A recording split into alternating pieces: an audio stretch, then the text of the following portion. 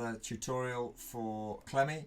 On this occasion, I'm going to take you through the forms functionality. So Klemi allows you to collect information from your church members of really any kind. Now, in most cases, that's going to be predictable and in a particular format. So you might have member information. If you've known Klemi for a bit, you'll got quite familiar with the member information, and you've got stuff like their first name, their last name, and so forth. That's standard information, and you can, most of the time, you can put whatever information you have on your members there. But sometimes you want to collect additional information. Here are a couple of scenarios. Perhaps you want to do a survey, or you want to do a poll and ask people what their opinions are. Perhaps you have got a request for involvement, and you want to say, do you want to be involved at Christmas? In some way or other, please express your preference. I'm musical, I'm dramatic, I'm whatever else your wonderful people are, and collect those answers. Perhaps you've got consent forms that you need to get answered. So you've got particular things that you've got to ask parents to consent to before you can take their kids to somewhere. Perhaps there are particular things that you need digitally signed by people, or at least in some way you can record that people have acknowledged that. Oh yes, I've read that safeguarding guide, so now I can be allowed on to the team. So here is how you create a custom form.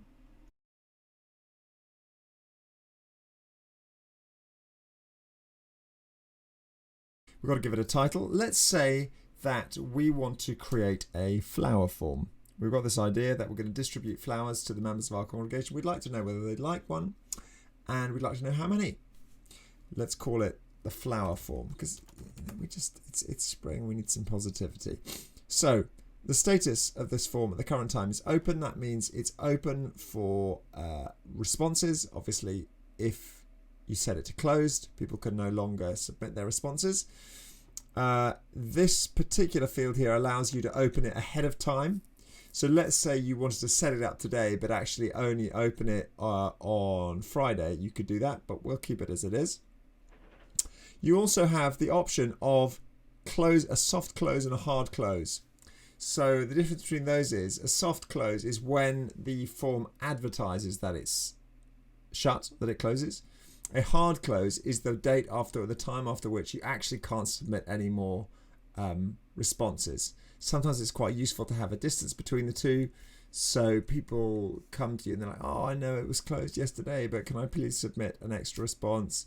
Yes, okay. But you've already planned, look, by the end of Saturday, definitely I can't be dealing with any more responses, and I don't want anyone to make the mistake of thinking that if they do submit information, it will be regarded. So look, just for as an example, you can see there's a 7-day interval between opens when, closes soft when.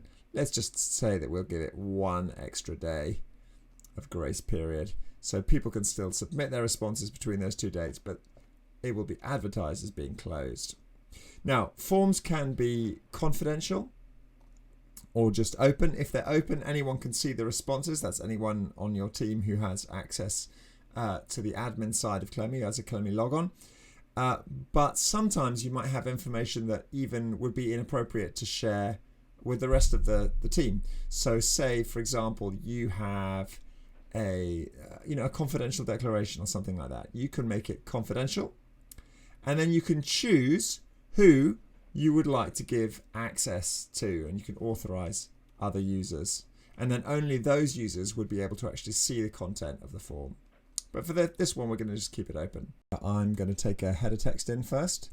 I just drag and drop and click the edit button here for a heading, flower form. I'm going to put a little bit of paragraph of text in here just to explain what the form is. This is a friendly flower form. So many F's.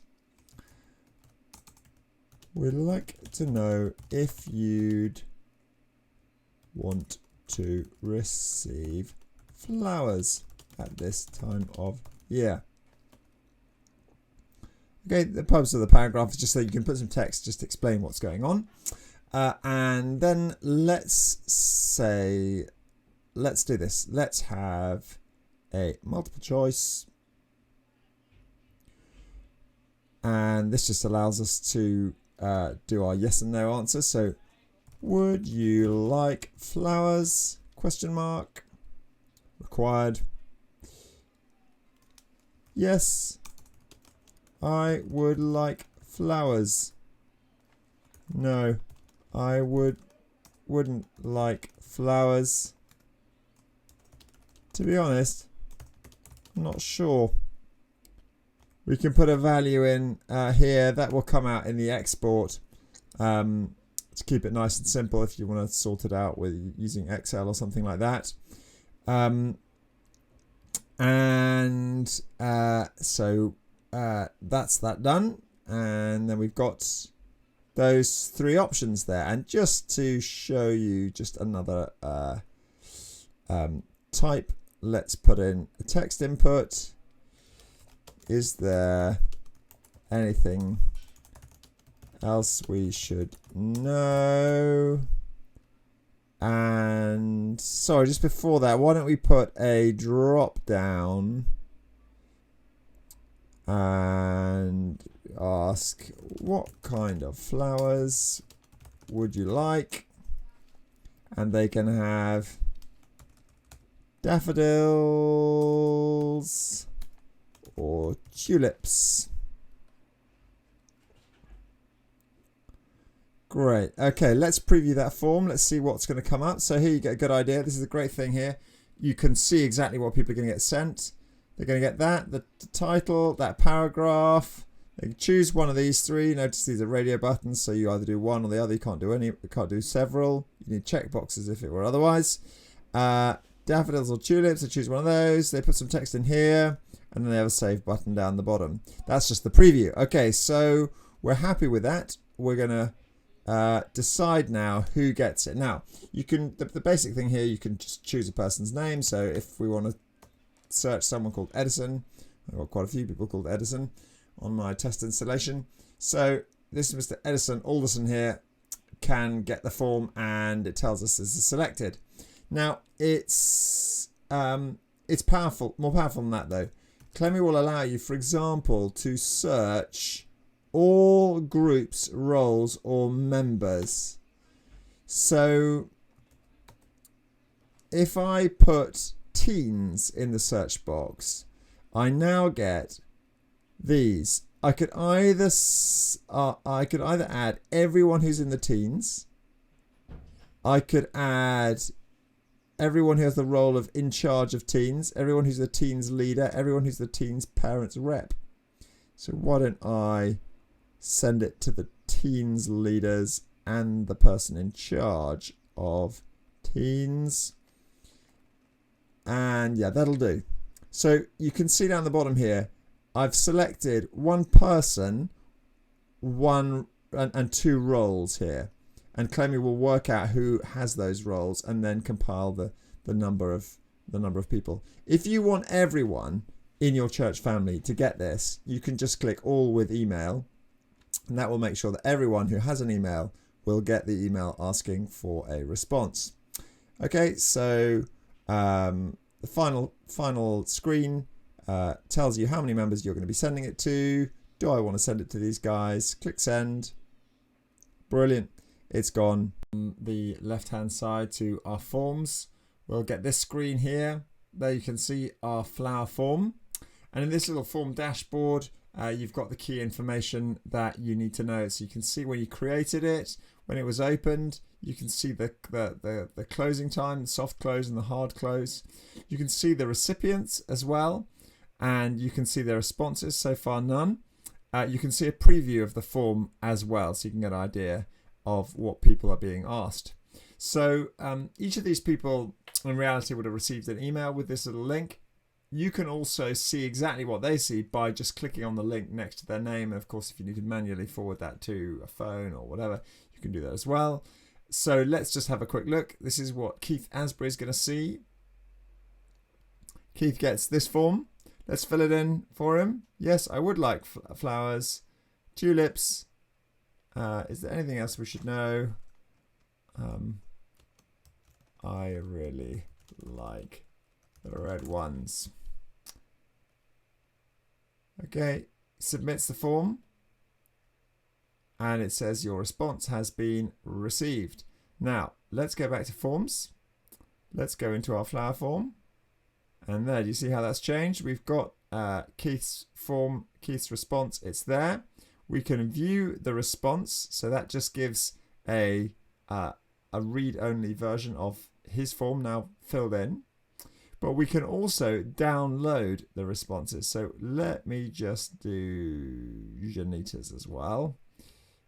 She says no, and therefore the rest isn't really relevant. And let's go for one other person on our flower form. Vincenzo. Yes.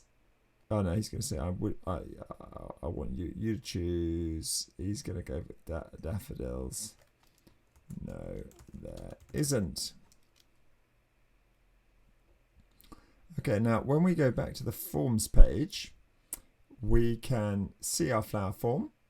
You can see that you've got the 3 responses here. You've still got those responses outstanding. And you can download the responses. Okay, and depending on your browser, you'll get a little warning like that.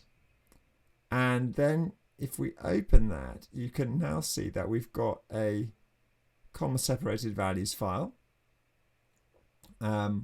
which is a classic Excel thing. And if you can see this, so it's exported like this. Would you like flowers? Keith Asbury says yes I would. Vincenzo says I'm not sure. Janita says no I wouldn't, and so forth. And you get all the options. The point is that export then gives you all the information that you need from that form, and you can do whatever you like with it.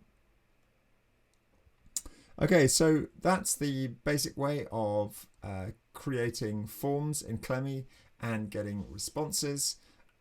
Do hope that it helps you collect information more efficiently for your church family and keeping your admin at bay and being able to devote all the time you need to what really is core, which is loving the Lord and loving people.